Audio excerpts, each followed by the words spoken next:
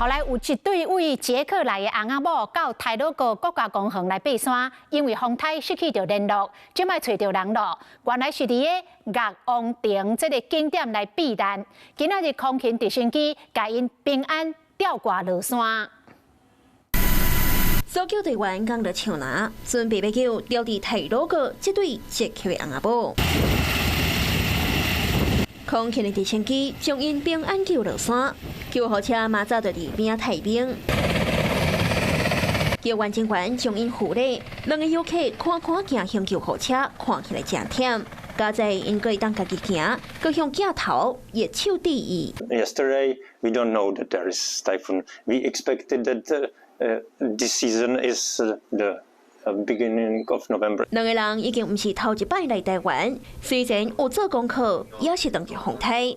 根据了解，两个人申请12天入山行程，27号为岳王亭入山，飞机来东陵落山。昨日发布海警了后，太管处陆续撤离游客，所以一直联络袂到这对翁仔某。伫咧扩大搜索了后，总算伫昨下晡联络到人，因伫岳王亭附近避难。今仔日早起7点，两个人成功获救出来。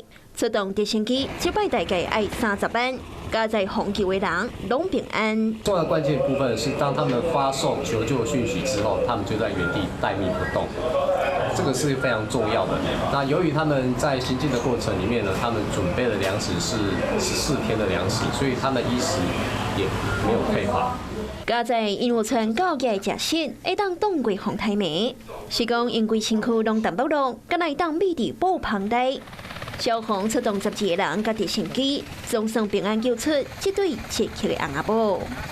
Hello， 我是蒋欣梅。想要抢先掌握最及时的新闻资讯吗？赶快订阅、按赞、开启小铃铛，锁定华视新闻 YouTube 频道。